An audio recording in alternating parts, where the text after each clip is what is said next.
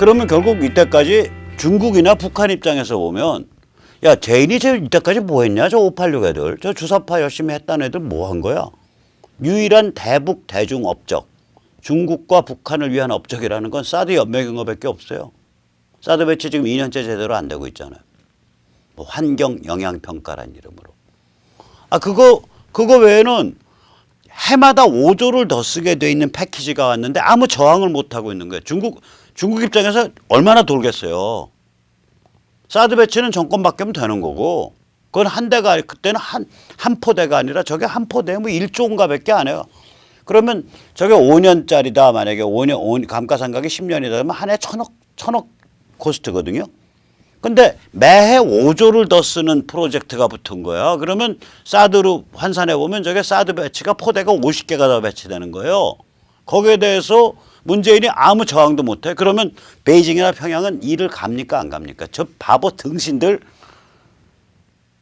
니들이 임마 그러고서도 뭐 중국을 태산이고 니들은 동산이라고 부르고, 니들이 임마 그러고서도 젊었을 때 주사파 공부했다 그러고, 임마 니들이 그러고서 뭐 호치민 앞에서 가슴이 떨리고 뭐 베트남 적화를 보고 뭐 감격의 눈물을 흘리고 뭐 환희에 떨고 웃기고 지랄, 이런 반응이 나올 수밖에 없죠. 경멸의 대상이 되는 거예요. 거기로 평양과 베이징으로부터도. 반일 히스테리는 대한민국 국내용으로 작동하는 거고, 선거판에서. 저 5조 같은 거에 이른바 깡통 진보 진영이 제대로 저항도 못 해보고 5조씩 더 물어주는 게임에 딱 들어간다. 지금 내년부터 그렇게 들어가게 생겼잖아요. 저항도 못 해보고 들어간다. 그러면 중국 입장에서는 보세요. 그것도 한국군 5조가 아니라 한반도에 주둔하는 미군한테 가는 5조야. 돌아버리는 얘기라고요, 저거. 그러니까 제 발등 찍은 거예요. 반일 히스테리 한답시고. 그러니까 제가 참 보면서 야, 진짜 미국 정말 여우다, 여우. 너희 일본이랑 지금 뭐 싸움한다면 우리가 적당히 그냥 뭐 편 안 들고, 혹은 뭐 너희 편 약간 드는 척하고 이렇게 말해 줄 테니까 너희 연애 5조씩 더 내놔. 아무 소리 못 하고 눈알만 다럭다럭 굴리고 있는 거. 저는 문재인 눈알이 최근에 이 돌아가는 속도와 그 다음에 이 돌아가는 각이 좀 많이 더 확대됐을 거라고 생각을 합니다. 자, 그럼 우리 어떤 게임을 펼치고 있냐? 제가 이거 여러 번 말했지만 이제 그림으로 멋있게 한번 정리해 봤어요. 우리는 전체주의 3종 세트랑 싸우고 있어요. 중국의 전체주의 반동, 북한의 전체주의 사교, 남한의 문팔육 유사 전체주의. 전체주의라는 거는 민족을 내세우든 계급을 내세우든 혹은 둘 다 내세우든 피바다를 통해서 사람을 구원하는 국가를 만들 수 있다라는 정치 종교입니다. 그래서 왼쪽에는 공산전체주의 혹은 모택동주의 혹은 김일성주의가 있고, 오른쪽에는 나치즘 혹은 텐노 전체주의가 있습니다. 텐노 전체주의를 옛날에 미카도이즘이라고 불렀는데 요새는 그 단어가 영어 사전에서도 사라졌어요. 우나미 승만이 활동하던 20세기 초반에는 그 단어가 널리 쓰였습니다. 미카도가 텐노의 다른 별칭입니다. 자, 그런데 이 세 개 중에 가만히 저 노란색을 칠한 2개 있잖아요. 중국의 전체주의 반동, 북한의 전체주의 사교. 이거는 누가 공격하고 있냐? 미국이 공격하고 있는 거예요. 다행히. 아주 전면적으로 공격하고 있는 거예요. 중국의 전체주의 반동을 공격해서 미중 밀월을 끝장낸 것은 키신저의 1971년 미중 밀월이 시작된 이후로 50년 만의 사건이고요. 북한의 전체주의 사교를 공격해서 체제를 거덜내고 있는 상황은 1945년 38선이 그어진 이후로 74년 만에 있는 일입니다. 메가더 때 장진호까지 함경도까지 올라간 미군 병사들이 하복, 겨울옷, 가을옷 입고 올라가서 얼어 죽고 그런 이유가 뭐냐면 미 정부가 결정해서 지원하지 않는 상태에서 빨리 가서 북진 통일하겠다고 메가더가 간 거예요. 미 정부의 입장은 소련과의 38선이라는 그 경계선을 지키겠다는 거였다고요.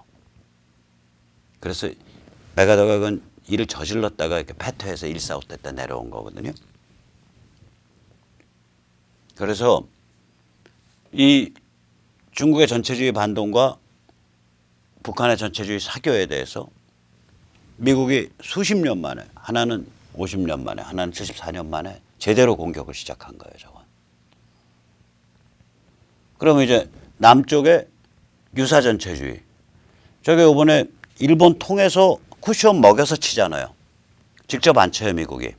그러면 대한민국은 그래도 문의는, 그래도 전체 형식은 3만 불 국민 평균 소득 거의 3만 달러에 5천만 인구의 준선진국 내지 선진국이기 때문에 미국이 내정 간섭 이런 직접적인 내정 공작 이런 흔적을 안 남긴다고요. 쿠션을 1차 쿠션, 2차 쿠션, 3차 쿠션에서 3쿠션으로 들어간다고 이게. 그러면 이건 누가 직접적으로 공격하냐? 우리가 공격하죠. 문재인 586들. 그래서 흰색 화살표죠. 우리는 중국 전체주의 반동이나 북한 전체주의 사교는 직접 공격할 수단이 없죠.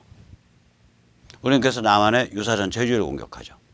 그런데 반드시 잊지 말아야 될 게 탄핵 때 배신 때리는 거, 미중 전쟁의 엄정성을 외면하고 있는 거.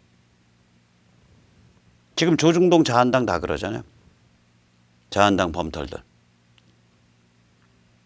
그다음에 그 북한 해방, 미국이 북한을 접수 평정할 가능성이 높다는 거. 그거 외면하고 있죠. 그거 제대로 클로즈업 안 하죠. 그다음 미국이 절실하게 한미일 삼각동맹을 원하고 있다는 거. 그거 클로즈업 안 하죠.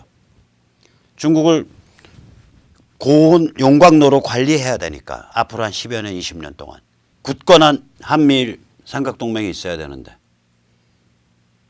그거 클로즈업 안 하죠. 그리고 반일 히스테리에 놀아나는 건 결국 반미가 되는 거고 친중 친북이 되는 거다. 반일 히스테리 정면으로 돌파해야 된다. 이거 얘기 안 하죠. 오히려 거기에 박수치고 깨춤추죠. 그게 남한 수구 기득권의 민낯이죠. 공격해야 됩니다. 공격해서 죽든지 개가천선하든지 혹은 샷다마우스 하든지 거기까지 우리 밀어붙여야 돼요. 요번에 반일 히스테리 저거요. 지금 저는 뭐 어디 이자가야 같은 데서 먹다가요. 큰 소리로 그래요. 아, 나 친일파니까 새빨간 우메보시 좀 넣어주세요. 그 일본 사람들 그 저기 도시락 먹을 때 흰밥에다가 가운데다가 새빨간 우메보시 딱 박잖아요. 일장기 흉내내서. 그 매실장아찌, 매실절임, 매실초절임. 우리가 반일 히스테리를요 정정당당하게 그냥 받아버려야 돼요. 밟아버려야 돼요. 너 지금 나라 망칠라 그러냐. 너희야말로 친일파다. 너희야말로 일본에게 가장 유리한 짓만 골라서 하고 있는 놈들이다. 너희가 친일파다. 우리가 그렇게 정면으로 싸워야 된다고. 그래서 이제 뭐 우리가 그래도 좀 굉장히 낙관을 하는 게 저 인과관계 사슬이 저 빨간 화살표들이거든요. 중국 전체주의가 무력화되면 북한 전체주의 사교가 무너집니다. 북한 전체주의 사교가 무너지게 되면 한편으로는 남한의 유사 전체주의가 본사 지사 관계일 테니까 문을 닫게 되는 거고 다른 한편으로는 남한의 수구 기득권이 내부 폭발을 일으킬 수밖에 없어요. 그래서 저 빨간 화살표로 저 낙수 효과가 있기 때문에 우리는 아주 그 뭐라 그럴까요? 정예화된 그 자유시민의 정치 교양을 매일매일 강화시켜가는 그런 그 뭐 네트워크들을 그러니까 인연에 따라서 50명짜리, 100명짜리, 200명짜리 만들면서 그 커뮤니티들이 그 전국에 깔린 수백 수천 개의 커뮤니티가 서로 연결되면 되는 거예요. 그거 이제 부지런히 하시자고요. 자, 이런 얘기를 하면 야, 백문호는 참 속도 편하다. 아, 지금 나라가 망하게 생겼는데 너 어떻게 그렇게 장기적인 그런 소리를 하냐. 아닙니다. 급할수록 근본으로 되돌아가야 합니다. 급할수록 근본으로 되돌아가야 합니다. 그래서 진짜 나라가 망했을 때 우남 이승만 대통령이 이제 우남 이승만이 어떤 한시를 지었는지 한번 제가 소개해 드리겠습니다. 참고로 우남 이승만의 한시는 공부할 만합니다. 저는 무슨 뭐 당나라 때 한시, 뭐 두보의 한시, 이백의 한시, 물론 좋은 한시들인데 그런 것보다도 더 우남 이승만의 한시를 가지고 한시 공부를 좀 했으면 좋겠다 이런 생각을 하고 있어요, 평소에. 그래서 제가 시간이 날 때마다 부족한 실력이나마 이 우남 이승만 한시를 한 수씩 읊어드리면서 이게 어떤 의미를 가지는지 한번 말씀을 드리겠습니다. 이 한시는 원객 암등선 거태평양, 나그네가, 원객이라 그러면 멀리 있는 나그네죠. 만리타양 나그네가 몰래 배를 타고 태평양을 건넌다. 그런 뜻입니다. 원객 암등선 거태평양. 언제 지었냐? 1920년 11월 중순경에 지은 한시고요. 백그라운드는 뭐냐? 하와이에서 교포운동을 하던 우남이 상해 임정에 하도 많은 그 공산주의 뿌락지가 끼어들고 친소파가 끼어들고 막 임정이 난리가 나서 이제 빠개질 지경에 이르니까 샹하이로 밀항을 합니다. 밀항을 하는 유일한 이유가 뭐냐? 우남이 미국의 영주권, 시민권을 취득한 적이 없어요. 그 사람은 1911년 말일 거예요. 미국에서 들어와서 1910년에 여기서 전국을 뒤집어 엎는 그 YMCA, 그게 이제 새마을 운동이에요. 기독교 베이스에. 그래서 전국 조직화를 시도를 했고 어마무시한 돈을 미국서 땡겼다고요. 그 돈이 누구가 냈냐? 록펠러랑 동급의 미국 자선 사업가가 있어요. 워너메이커. 현대 유통업의 아버지라고 부릅니다. 백화점의 아버지라고 부릅니다. 정찰제의 아버지라고 부릅니다. 마케팅의 아버지라고 불리는 사람이에요. 워너메이커가 뒷돈을 줘서 그 돈의 일부가 지금 연세 세브란스 병원의 전신인 지금 서울역 앞 그 연세 빌딩 자리에 있는 그거를 병원을 짓는 데도 쓰였고 지금 종로 2가에 YMCA 빌딩 자리를 확보해서 거기에 근사한 한옥 스타일의 YMCA 건물을 짓는 데도 쓰였습니다.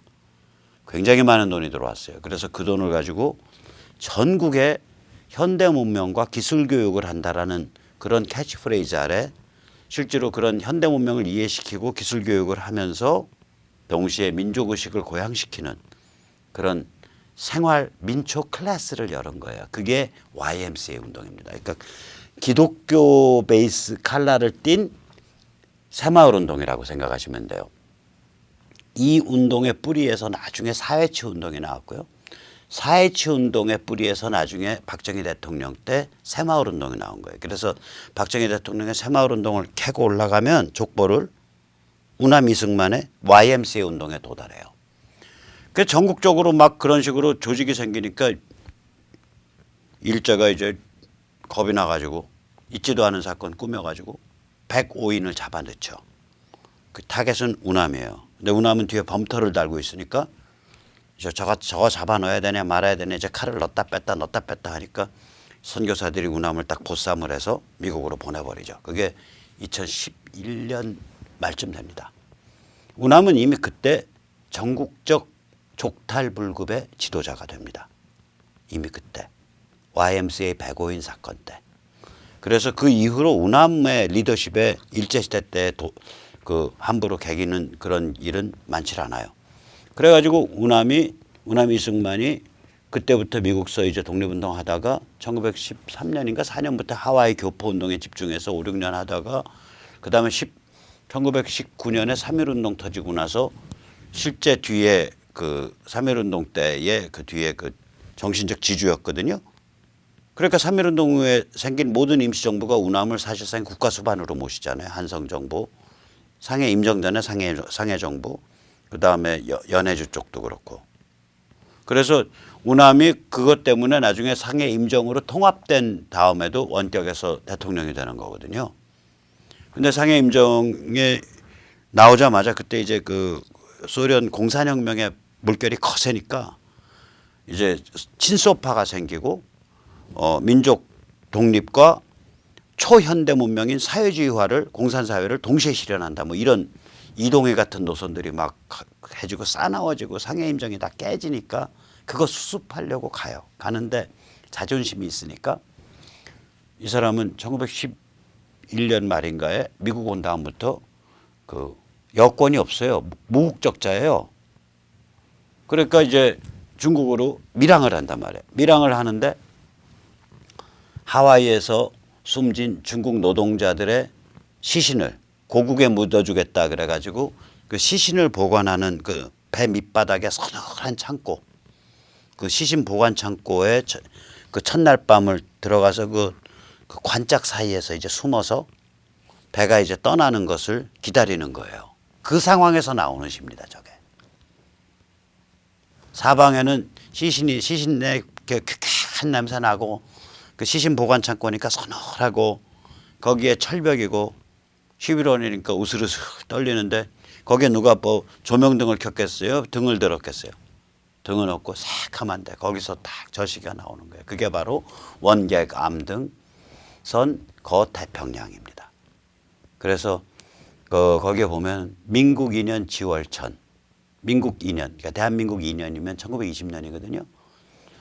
지월천이면 이게 동지라고도 해석되고 16일이라고도 해석이 돼요. 민국 2년 지월천에 포와 원객 암등선, 하와이에 떠도는 타국의 나그네가 하와이에 떠돌고 있는 포와 원객, 포와가 하와이거든요. 타국의 나그네가 몰래 배에 숨어들었다. 판문중세 홍노난, 저 두꺼운 판자문, 굳게 잠긴 판자문 건너편 선실에서는 불빛과 함께 뜨뜻한 난로가 타고 있는데 내가 있는 이곳, 여기는 서늘한 시체의 기운만 풍기는구나. 산천묘막 명조후, 내가 방금 배 타기 전까지 보고 왔던 그 산천은 내일 아침 배가 떠난 후에는, 오늘 밤 배가 떠난 후에는, 내일 새벽 배가 떠난 후에는 아득막막하게 아마 보이지 않게 되리. 세월질이 차야전. 그런데 이 숨어있는 오늘 지금 이른 저녁은 왜 이리 밤조차 더디 오는가. 태평양상 표연거. 내일 배가 떠나면 이 배는 태평양 위를 표연하게 지나갈 텐데 수식차중 유구천. 누가 이 배에 이 수많은 주검이 있다는 것을, 그 겉에 그 유유히 바다를 떠가는 배 모습만 보고 그 배 속에 수많은 주검이 있다, 구천이 있다는 것을 누가 알리. 굉장히 비장한 시예요. 저게요, 시인의 자질이 뭐냐. 자기도 모르는 소리가 나와야 시인입니다. 이게 우남이 시인의 자질이 있는 거예요. 우남은 그 뜻으로 안 썼겠지만 저 시를 딱 읽는 순간 전 뭐가 연상이 됐냐면 1918년에 제1차 세계대전이 끝나고 그때 유럽과 미국의 모든 지식인들이 박수를 치고, 야, 우리가 저 바보 같고 잔인한 전쟁 했다. 우리 문명국들 간에 앞으로 저런 전쟁은 이제 있을 수가 없다. 앞으로 영구적인 평화의 시대가 왔다. 이러고서 전부 박수치고 환영했어요. 굉장히 낙관적이 되고요. 그러면서 이런 평화의 시대가 왔는데 그동안 서로 잡아 죽이고 했으니까 야, 그때 보니까 우리 도덕이니 뭐 그 기독교니 다 나발이 뭐 상관이 없더라. 그러니까 그냥 좋은 게 좋은 거야. 그래서 완전히 소돔과 고모라판이 몰아쳐요. 북핵이선 아드밀러에. 그리고 그 작품 롤리타 이런 게 다 그때 나오는 작품들이에요. 그 한편으로는 완전히 무도덕한 소돔과 고모라판이 몰아치면서 한편으로는 이제는 다시는 문명국 간의 전쟁은 없다라는 터무니없는 평화 무드가 들어선다고요. 그 평화 무드가 바로 고요한 태평양 위를 미끄러져 나가는 배란 말이에요. 그 고요한 평화 무드 속에 앞으로 제2차 세계대전, 새로운 세계대전이 주검이 들어있고 그 주검과 파괴를 통해서 조선인, 한국인이 독립하게 될 거다 이 소리라고요. 저게. 그 중의법이 담겨 있어요. 시인은 그런 중의법을 의식을 못하고 써요. 그러나 쓰고 나면 그 중의가 담겨 있는 거예요. 그게 시인의 자질입니다. 지도 모르는 소리가 막 마치 뭐 이렇게 신들린 사람이 지도 모르는 말이 입에서 툭툭 튀어나오듯이 그게 돼야 돼요. 시인은. 그래서 야, 나 저 시 읽고 소름이 쫙 끼치면서 우남이 정말 그 시인의 자질이 있었구나. 저 사람 참 자기 자질대로 못 살아봤구나 평생을. 이 부군의 시대를 맞아서 국난의 시대를 맞아서 민족 순환의 시대를 맞아서 평생 자기 생긴 그 소양으로 못 살고 그 주어진 운명과 사명에 봉직하다가 마지막 저 사람 죽을 때 저 양반 죽을 때 기도가 그거 아니에요. 하나님 아버지, 제가 이제 몸과 마음이 다 늙어서 하나님 아버지가 저한테 주신 사명을 이제 더 이상 완수할 수가 없습니다. 제 운명을 이제 아버님 손에 맡기니까 아버님께서 저희 조선 민족을 불쌍히 여기셔서 다시는 남의 종이 되지 않도록 해 주십시옵소서. 그게 전 사람 임종기도였다는 거 같거든요. 저분. 그러니까 그런 운명적 사명에 취해서 사명을 받드느라 자기 생긴 대로 못 산 거예요. 저 시 자체만 보면요, 기막힌 시라고요. 그래서 제가 소개해드리는 게 이제 이 비봉 출판사에서 요번에 우남 한시집 거의 모든 한시가 다 실렸어요.